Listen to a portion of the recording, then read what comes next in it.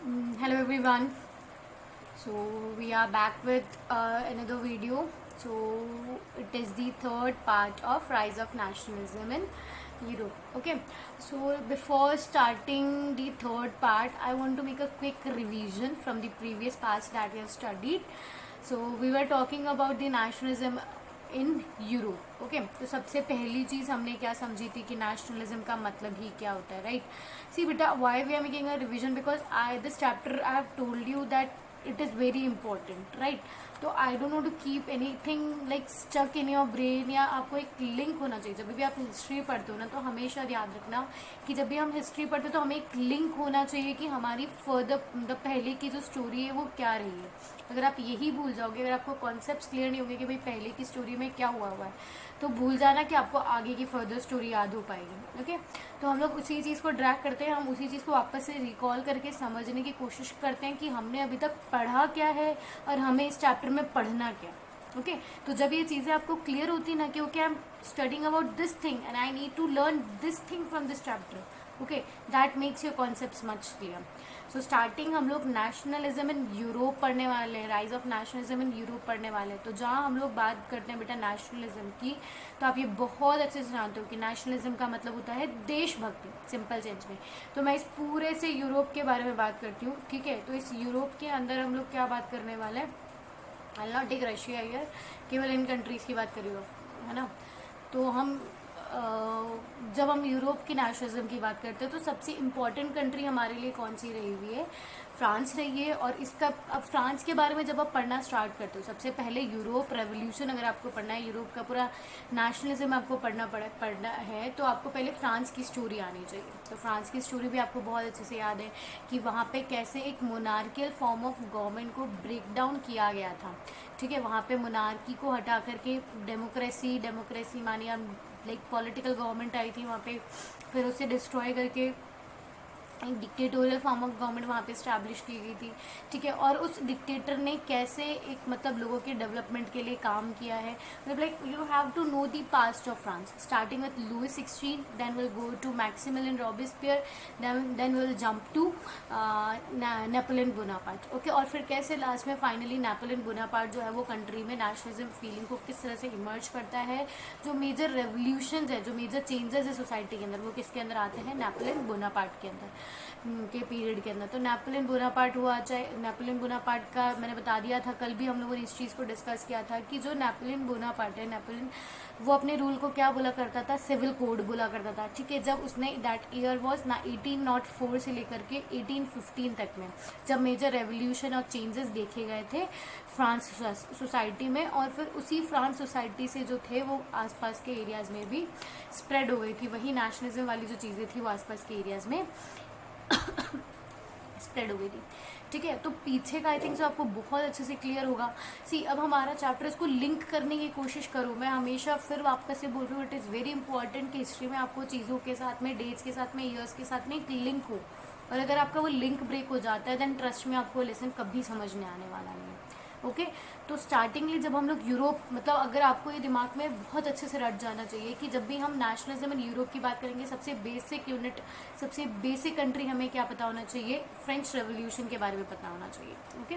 तो French revolution आप लोगों ने बहुत अच्छे से पढ़ा हुआ है, नहीं भी होगा पढ़ा हुआ आपका, अगर कुछ भी उसमें भी किसी भी तरह का डाउट है, तो बहुत जल्दी मैं यहाँ पे आपको nationalism in like French revolution की भी मैं आपको वीडियो अवेलेबल करवा दूंगी. तो get your doubts cleared from there, okay.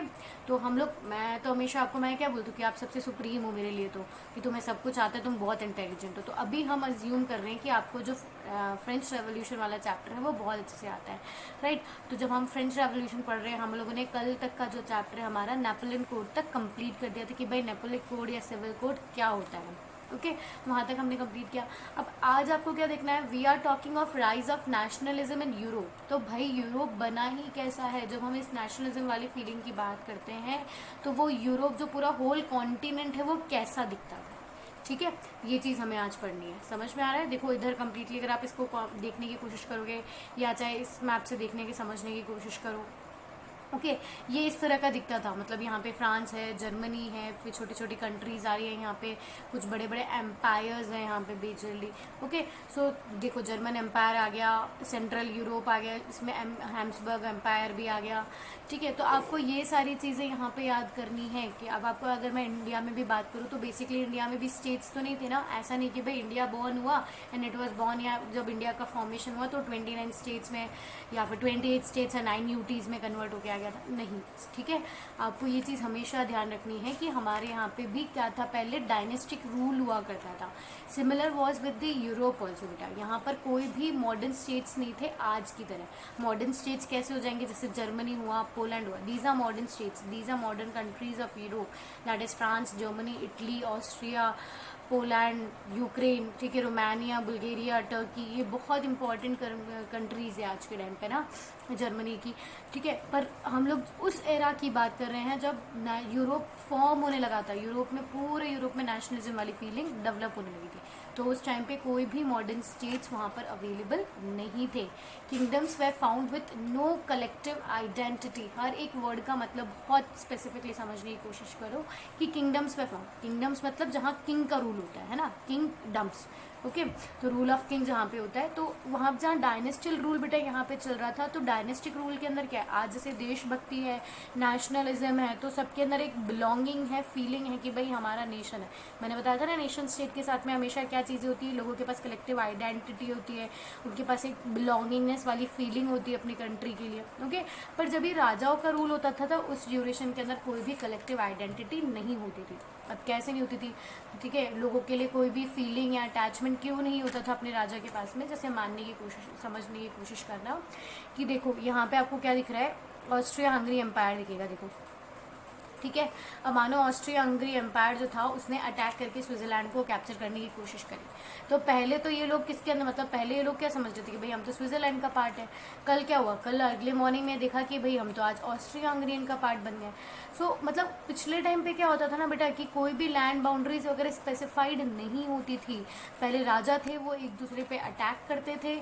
ठीक है, और अटैक करने के बाद में मतलब जो टेरिटोरियल एरिया जो वो कैप्चर कर पाते हैं वो उनके अंडर आ जाता था, तो इसलिए लोगों में कोई भी एक स्पेसिफिक कलेक्टिव आइडेंटिटी नहीं थी कि भाई हमारा राष्ट्र ये, हमारा नेशन ये है, नहीं ना। आज वो किसी और राजा के अंडर में तो कल किसी और राजा के अंडर में आ जाते थे। ओके इसीलिए बोला जाता है कि उस टाइम पे लोगों के पास में कोई भी कलेक्टिव आइडेंटिटी नहीं थी। ठीक है, आज हमारे पास एक स्पेसिफिक बाउंड्री है कि भाई इंडिया की ये स्पेसिफिक बाउंड्री है, इंडिया का नॉर्दर्न मोस्ट पार्ट है, इंडिया का सदर्न मोस्ट पार्ट है, वेस्टर्न मोस्ट है और ईस्टर्न मोस्ट है। ठीक है, ये सारी चीज़ें हमें पता है। अब इस पर एक एग्जाम्पल के थ्रू समझने की कोशिश करो यूरोप के अंदर कि वहाँ पर एक हैम्सबर्ग एम्पायर था। ठीक है, प्रेजेंट डे में तो वो कौन सी कंट्रीज आती है, कौन सा एरिया आता है, ऑस्ट्रिया हंगरी वाला।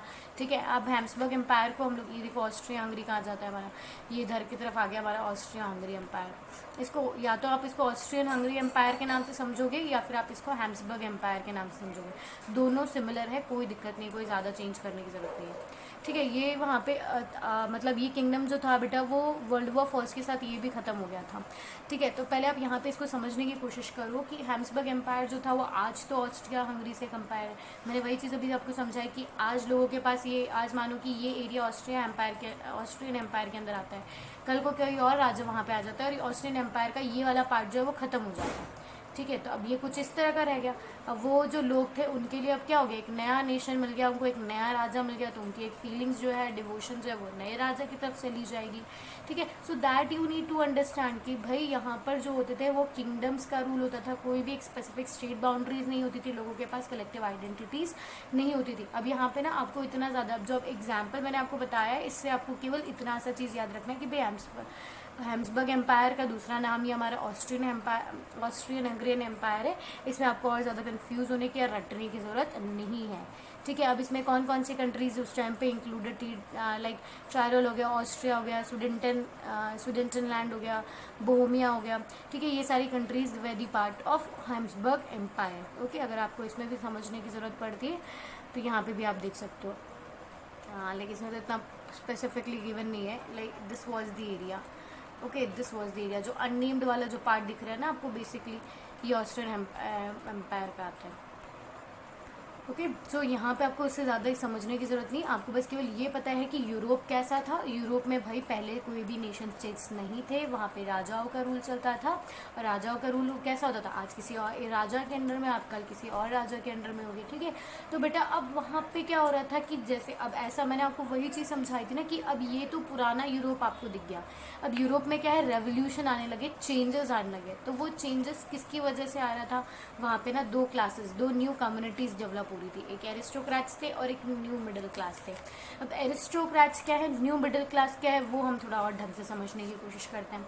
सी अब जो सबसे पहली चीज़ हम लोग एरिस्टोक्रेट्स को समझते हैं कि एरिस्टोक्रेट्स कौन थे, rich landed aristocracy. Rich landed landed aristocracy का मतलब समझो कि हम लोग याद करो फ्रेंच रेवोल्यूशन में हम लोगों ने क्या किया था, हम लोगों ने 3 स्टेट्स के बारे में पढ़ा था, first state, second state, third state, जहाँ पे नोबैलिटीज़, क्लर्जीज और द कॉमन पीपल आते थे। अब आपको बेटा ये जो पता है, तो सेकेंड स्टेट जो था हमारा, जो नोबैलिटीज़ का कंपोज हुआ करता था। अब उस नोबैलिटी के अंदर क्या था बेटा, राजा थे, है ना। और फिर राजा के कुछ मतलब लाइक रिलेटिव्स, अब सबको तो राजा नहीं बनाया जा सकता ना, तो राजा के कुछ रिलेटिव्स या राजा के कुछ फैमिली मेम्बर्स, राइट, जो बहुत ज़्यादा रिच हुआ करते थे, वो कौन हो जाते थे, वो कौन होंगे हमारे लिए, एरिस्टोक्रेट्स होंगे। तो उनके पास ना बहुत सारा पैसा हुआ करता था, बहुत ज़्यादा पावर हुआ करती थी, तो इसीलिए इनको क्या बोला जाता था, रिच लैंडेड एरिस्टोक्रेट्स, ठीक है। अब इनके पास क्या क्या चीज़ें थी, इनके अंदर क्या क्या लाइक पेक्युलैरिटीज़ ये लोग या कैरेक्टरिस्टिक्स इन लोगों के अंदर थे, वो चीज़ समझो कि ये united by a common way of life. मतलब जैसे होता है ना, अगर एक फार्मर है तो उसे पता है कि उसे क्या काम करना है। अब ये एरिस्टोक्रेट्स थे, तो इन सब का मतलब चाहे किसी भी आप कंट्री का ले लो, चाहे इटली में भी एरिस्टोक्रेट्स थे, जर्मनी में भी एरिस्टोक्रेट्स थे, फ्रांस में भी एरिस्टोक्रेट्स थे। तो इन सब का जो बेसिक लाइफ स्ट्रक्चर था ना, जो लाइफ वे ऑफ लिविंग था, वो लगभग लगभग सबका कॉमन था। ओके, दे ओन एस्टेट्स, ठीक है, मतलब इनके ऊपर एस्टेट्स, मैंने आपको बताया था ना, लाइक फर्स्ट स्टेट हुआ, सेकेंड स्टेट हुआ, थर्ड स्टेट हुआ।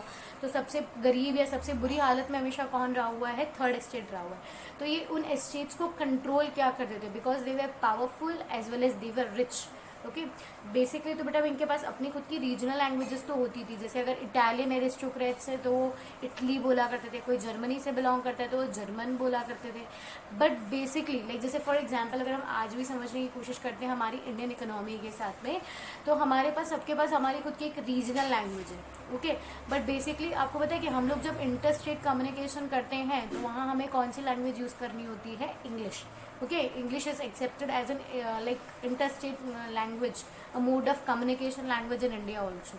सो दैट इज़ वट, मतलब अब अगर आप इंग्लिश यहाँ पे यूज़ करते हो, एक तो वो स्पेसिफिक हो गई, मतलब सबको आती होगी, ठीक है, और एक वो लाइक स्टैंडर्डाइज लैंग्वेज के फॉर्म में हमारे इंडिया में देखी जाती है, राइट। तो same sense was with French also, ठीक है, कि वहाँ के जो लोग थे, मतलब मैंने आपको बताया ना, यूरोप का एक सबसे इंपॉर्टेंट सेक्टर कौन सा होता जा रहा था, फ्रांस हो रहा था। और फ्रांस जो था वो अपनी पावर्स को आसपास की कंट्रीज़ में भी स्प्रेड करने लग गया था, और वहाँ पे नेशनल लैंग्वेज जो थी उसने फ्रेंच डिक्लेयर कर दी थी नेपोलियन ने।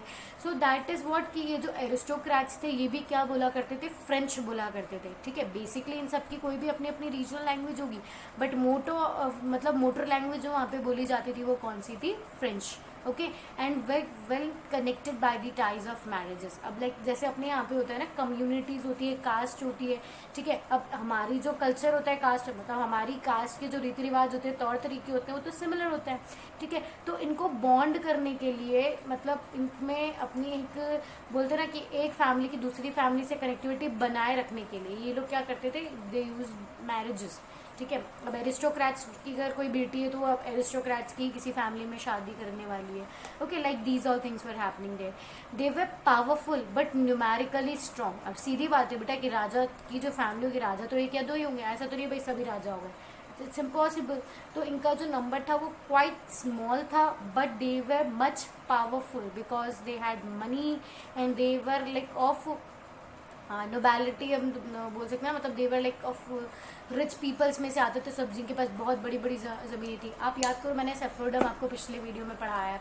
सेफरडम सर्फ्स मतलब क्या थे, फार्मर्स थे, है ना। अब ये लोग ज़बरदस्ती क्या करते, मतलब इनके पास क्या बड़ी बड़ी ज़मीनें होती थी, ठीक है। तो ये बड़ी बड़ी उन ज़मीनों पे ये उन लोगों से जो लाइक मैंने आपको ये भी चीज़ यहाँ पे भी बताई है कि दे ओन एस्टेट्स, वो थर्ड एस्टेट जैसे हुआ तो ये उनको कंट्रोल क्या करते थे, वहाँ से जो लेबर था, वहाँ से जो सर्व्स थे, उन्हें अपनी ज़मीनों पे काम करवाया करते थे. Okay, so that made them rich as well as that made them powerful also. So when we are talking कि भाई यूरोप कैसे बन रहा है, समझने की कोशिश करो कि यूरोप कैसे बन रहा है. तो यूरोप के अंदर क्या थे, कुछ लोग जो थे वो एरिस्टोक्रेट्स थे. अब बेटा you have to understand the meaning of aristocrats. पहले हम लोग एरिस्टोक्रेट्स बहुत अच्छे से समझ लिए, अब हमने न्यू मिडिल क्लास को समझ लो. फिर मैं इसका एक लिंक बिठा दूंगी कि भाई क्यों हमने इस एरिस्टोक्रेट्स के बारे में बात किया, क्यों हम न्यू मिडिल क्लास के बारे में बात कर रहे हैं. राइट, तो ये भी मैं आपको समझा चुकी हूँ एम्पायर वगैरह कैसा क्या था. नेक्स्ट देखो न्यू मिडिल क्लास, यहाँ पे समझने की कोशिश करो. अब न्यू मिडिल क्लास ये बहुत इंपॉर्टेंट वर्ड का क्वेश्चन है तुम्हारे लिए कि which was the emerging class in Europe. कौन सा जो न्यू क्लास थी या न्यू कैटेगरी ऑफ पीपल जो थी वो इमर्ज हो रही थी, तो that was new middle class. Okay, got it. कि बेटा अब क्या था ना, हम जो ये ड्यूरेशन पढ़ रहे हैं कि भाई यूरोप का फॉर्मेशन हो रहा है, ट्रांसफॉर्मेशन हो रहा है यूरोप का भी. ठीक है, वहाँ नेशनलिज्म की फीलिंग स्प्रेड हो रही है. नेपोलियन की बात करें तो देखो उसने भी क्या किया, ट्रेड कम्युनिकेशन इनको बहुत ज़्यादा फ्री करने की कोशिश करी. Okay, so that was the duration of industrialisation in Europe. Okay, अब इंडस्ट्रियलाइजेशन जैसे होता है, ग्रोथ ऑफ इंडस्ट्रीज जैसे होती है यूरोप के अंदर, तो उसकी वजह से एक न्यू कमर्शियल क्लास जो है वो ग्रोथ कर लेती है. ठीक है, एक न्यू कमर्शियल क्लास. अब जैसे मानो कि for example I was in the third state, पर मुझे अपॉर्चुनिटी मिली है कि मैं अपनी एक इंडस्ट्री सेटअप कर सकती हूँ. ओके, मैंने बताया था ना कि लाइक जो हम लोगों ने कॉमन पीपल, जो थर्ड स्टेट था उसमें कौन कौन से पीपल भी आए थे, लॉयर्स थे, टीचर्स थे, स्टूडेंट्स थे, ये छोटे छोटे बिजनेस हाउसेस भी थे. ओके, ये सब थर्ड स्टेट में आते थे. तो बेटा जब ये थर्ड स्टेट के पास इनको अपॉर्चुनिटी मिली कि इंडस्ट्रीज वगैरह वहाँ पे सेटअप कर सकते हैं, इंडस्ट्रियल बेनिफिट वहाँ से ले सकते हैं, तो that came to be grow as like commercial classes. वहाँ पे कमर्शियली होने लगे. और जैसे अब इंडस्ट्री कर रहे हो तो industry will bring you what, money. तो अब ये जो न्यू क्लास थी, मिडिल क्लास, मतलब these people were neither rich, these people were neither poor, they were in the middle. जहाँ ये लोग, इन्होंने अपनी एक, बोलते ना कि ये एकदम जो थर्ड स्टेट में जो सबसे पुअर पीपल, हमने जितने भी देखे थे कि भाई उनकी कंडीशंस बहुत पुअर होती है, उन्हें बहुत हार्श चीज़ें फेस करनी पड़ती है. So they were little bit up from them. अब इन लोगों के पास एक सोर्स ऑफ इनकम वहाँ पे आने लग गया था. Okay, so growth of industries in Europe led to form of a new middle class or the growing class or the commercial class. आपको इसको किसी भी तरीके से समझ सकते हो. Okay, so new social groups came into being. नए नए सोशल ग्रुप्स बनने लगे थे. Working class population, middle class made up of. ठीक है, अब क्या हो गया, इसको आप वर्किंग क्लास भी बोल सकते हो. वर्किंग क्लास क्योंकि अभी ये बिजनेसेस में, इंडस्ट्रीज में काम कर रहे थे, they were generating incomes. Okay, so a new working class population, middle class. ठीक है, अब ये किससे कंपोज हो रहे थे, इंडस्ट्रियलिस्ट, बिजनेसमैन और प्रोफेशनल्स में भी मैंने आपको बताया था. हम लोगों ने 9th स्टैंडर्ड में भी पढ़ने की कोशिश करी थी और अभी भी मैं बता रही हूँ. जो थर्ड स्टेट था वो दैट वाज कंपोज, वो फार्मर्स में भी आते थे उसमें. ठीक है, उसमें लेबर्स भी आते थे, तो पर उसमें उसी के साथ में वहाँ पे टीचर्स, डॉक्टर्स हुए, लॉयर्स हुए, ये सारे प्रोफेशनल पीपल भी कहाँ आते थे, थर्ड स्टेट के अंदर. राइट, तो अब आपको यहीं से वहाँ पर सारी चीज़ समझनी है कि भाई अब ये जो न्यू क्लास था वो किससे कंपोज हो रहा था, इंडस्ट्रियलिस्ट, बिजनेसमैन एंड प्रोफेशनल से ये कंपेयर हो रहा था. तो अब जैसे जैसे बेटा ये एजुकेटेड होने लगे थे, लिबरेट होने लगे थे, तो ठीक है इन्होंने क्या करना स्टार्ट कर दिया था. अब जैसे अब बेसिकली बेटा क्या होता है, जब आप एजुकेटेड होते हो तभी आपको पता चलता है कि यार हमारे पास तो ये राइट है और अभी तक हमसे ये राइट जो था वो छीना गया था. जैसे लोगों के पास नॉलेज हुई, ठीक है, तो अब पैसा हुआ. पहले अभी तक हम लोगों ने सर्ब्स के बारे में पढ़ा, हम लोगों ने राजा वगैरह के बारे में पढ़ा, थर्ड स्टेट के बारे में जब तक हम पढ़ रहे थे तो हमें क्या पता था, like the people were poor. ठीक है, उन पर काफ़ी हार्ड टैक्स बर्डन था, they were not educated and they were working upon the, like they were working under the first state and second state. Okay, so they were बेटा economically भी वो बहुत ज़्यादा वीक थे. so they, उसकी वजह से वो कभी अपनी आवाज़ को रेज नहीं कर पाए. But when we are talking of new middle class, ठीक है, अब न्यू मिडिल क्लास और एरिस्टोक्रेट्स को कंपेरेटिव पढ़ने की कोशिश करो. अब जो न्यू मिडिल क्लास था, अब ये लोग क्या थे, ये ग्रोइंग थे, अब इनके पास इनकम सोर्सेज भी आने लगे थे, ये एजुकेटेड भी थे. ठीक है, तो जब ये सारी चीज़ें देखते हैं कि भाई एरिस्टोक्रेट्स हुए, चाहे नोबैलिटीज़ हुए, चाहे क्लर्जीज हुए, इन्हें क्यों एक्स्ट्रा बेनिफिट्स मिल रहे हैं, that stuck into the brain and that brought to the demand कि भाई हमें क्या चाहिए, नेशनल यूनिटी चाहिए. ठीक है, नेशनल यूनिटी चाहिए, नेशनल इंटीग्रिटी चाहिए, हमें एक फ्रीडम नेशन चाहिए. Okay, these all things. Now you have to understand कि एरिस्टोक्रेट्स अगर आपके साथ हार्श ट्रीटमेंट नहीं करते तो एक न्यू मिडिल क्लास जनरेट नहीं होता. और अगर आपके साथ किसी तरह का हार्श ट्रीटमेंट नहीं होता, आपके साथ किसी तरह की इग्नोरेंस नहीं होती, तो आप कभी भी सोसाइटी में चेंजेस लाने की बात नहीं करते. तो इसीलिए हमने एरिस्टोक्रेट्स और न्यू मिडिल क्लास को यहाँ पे पढ़ा है कि हम यूरोप की जब बात करते हैं तो एक ग्रुप जो था वो बाय बर्थ प्रिविलेजेस एंजॉय कर रहा है. ओके, और एक ग्रुप जो है वो अब मेहनत करके इमर्ज होने की कोशिश कर रहा है. तो जब वो मेहनत करके इमर्ज होने की कोशिश कर रहा है तो उसे वो चीज़ दिख रही है कि यार उन्हें क्यों एक्स्ट्रा प्रिविलेजेस मिल रहे हैं, हम भी तो काम कर रहे हैं ना. So that is what that came into their mind कि that we want a united nation and we want the privileges of opposing the privileges of aristocrats. All the privileges or all the extra benefits that were given to the aristocrats should now be abolished. Okay, so they started an opposition and that led to the formation of a new Europe. Okay, that brought in the minds of people कि भाई हाँ हम भी तो काम कर रहे हैं, हमारी भी तो कंट्री है. So now we should like get together and ask for what? Of course, what should we ask for? Unity of the country or a new nation. Fine, this is what we were studying. So up to now today we have completed properly like वो हमारे कौन कौन से, अगर आप NCERT text के according आप पढ़ते हो तो NCERT टेक्स्ट में देखो स्टार्टिंग से आप देखते जाना. लाइक सबसे पहले हम लोग ने फेडरिक सोरियू के बारे में बहुत अच्छे से समझ लिया कि भाई फेडरिक सोरियू क्या था, वो क्या थीम लोगों को बताना चाह रहा था, यूटोपियन सोसाइटी क्या होती है, एरिस्टोक्रेट्स क्या होते हैं, ऑटोक्रेसीज क्या होती है, नेशन स्टेट क्या होते हैं, ये सारी डेफिनेशन हमने बहुत डिटेल में समझ ली थी. फिर सेकेंड हम लोग आते हैं तो French revolution and the idea of nation. French revolution के बारे में पूरा हम लोगों ने रिकॉल कर लिया कि भाई फ्रेंच रेवोल्यूशन कौन सी बीमारी थी जो 9 स्टैंडर्ड से हमें लगी हुई है. ठीक है, उसके बाद में हम लोगों ने क्या देखा था कि भाई अब जो पूरा यूरोप है उसमें सबसे बेसिक यूनिट जहाँ से सबसे पहले नेशनलिज्म की फीलिंग इमर्ज होती है या फिर वहाँ से जो नेशनलिज्म की फीलिंग स्प्रेड होने लगती है पूरे यूरोप में, तो वो basic country was France. Okay, तो इसके फ्रांस के बाद में कैसे वहाँ पे फ्रांस रूल में हमने नेपोलियन के बारे में पढ़ा कि भाई वो इंसान डिक्टेटर तो था but he was a good dictator and how he work for the welfare of या फिर ब्रिंगिंग यूनिटी और इक्वालिटी इन द कंट्री, उसने किस तरीके से काम किया है. फिर हमने उसका अपोजिशन भी पढ़ा, जहाँ हम लोगों ने नेपोलियन बोनापार्ट के अच्छे काम पढ़े थे तो हमने उसके कुछ नेगेटिव पॉइंट्स भी देखे थे कि भाई वो लोगों को सेंसरशिप में लगा देता था, बोलने नहीं देता था अगेंस्ट उसके, फोर्स रिक्रूटमेंट करता था, हाई टैक्सेस हो गए थे. Okay, so these were like few और little bit drawbacks of Napoleon that led to demolishing of him or that led to people get revolt against him, bring revolt against him. Okay, so after जब हम लोग उसके Napoleon Bonaparte के बारे में पढ़ रहे थे तो भाई हमें ये चीज़ समझ में आ गई कि अब वहाँ से जो नेशनलिज्म वाली फीलिंग थी वो कुल मिला के अदर स्टेट्स के अंदर, अदर कंट्रीज़ के अंदर स्प्रेड होने लगी है. ओके, तो पूरे यूरोप में तो जो मेजर 2 ग्रुप्स थे आपको यहाँ पे दिख रहा है, एक न्यू मिडिल क्लास था और एक एरिस्टोक्रेट्स था. एरिस्टोक्रेट्स जो थे वो प्रिविलेजेस एंजॉय कर रहे थे और जो न्यू क्लास था वो कुछ एजुकेटेड और कुछ लिटरेट पीपल थे जिनके पास थोड़ी बहुत लाइक हम बोलते हैं ना फाइनेंशियल इकोनॉमिकल पावर्स भी अब आने लगी थी with the growth of industries. Okay, that made like people think कि why we are not enjoying the equal rights और इक्वल बेनिफिट्स.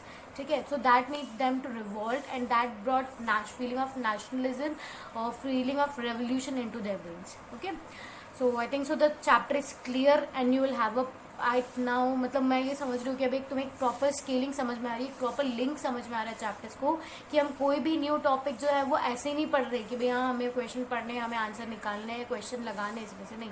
हर एक chapter history is always based upon a past story. Okay, तो हमेशा इसको story के form में समझने की कोशिश करो, बहुत ईजिली याद हो जाएगी. Okay, so that's it for today.